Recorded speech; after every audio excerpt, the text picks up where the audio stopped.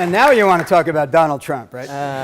Just before we go on to Q&A, I just have a single question to ask you. So you've publicly very kind of direct in saying that like army officials shouldn't be, or military officials shouldn't be involved in politics. I think you wrote a letter about the RNC, the Michael Flynn. I did. Why do you think that politicians shouldn't be involved in politics in that way? Well, politicians shouldn't be involved in politics at all. That's for sure. Military officials shouldn't be well, involved in politics. Well, we've seen how they've done with it, so you're right. They shouldn't be involved in that. First of all, let me put a little.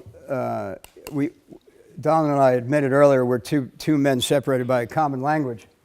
He sent I have 4 people traveling with me, and he sent a note over to me and said, there'll be a taxi for one coming to your hotel. And I thought, what the hell am I going to do with a taxi for one? And what does a taxi for one look like anyway? Like, is it a little tiny taxi with little seats and a little ashtray and a little steering wheel?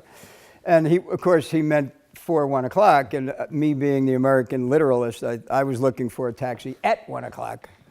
So we had to go through that. Donald said military officials. What I said specifically, and really still believe, is that when you're a general or an admiral, you're a general and an admiral for life in our system. You know, you didn't introduce me tonight as, you know, Martin Dempsey, Knight of the British Empire, you know, a handsome, dashing cavalry officer with the voice of an angel, right? I didn't get your speech. Yeah.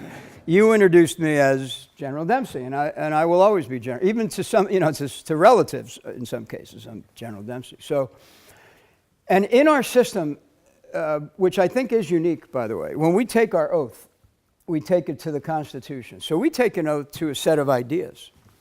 I mean, literally, a piece of paper with ideas on it. And you look at most other militaries in the world, they will generally take an oath to a sovereign or to the country. In some cases, in the worst of cases, to a political system.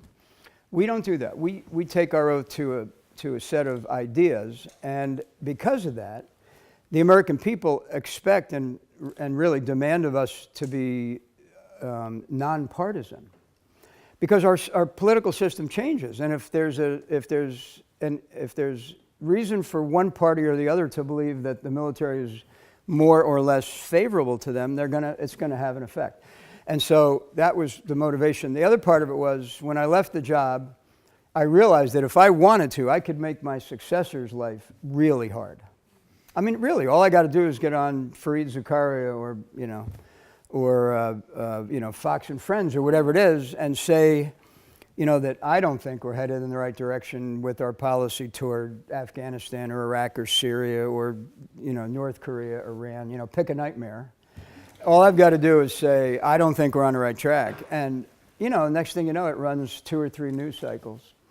And it also generates some suspicion inside the White House that generals are political, and we're not supposed to be. Now, I will talk about the issues all day long, but never vis-a-vis a particular party or a particular personality.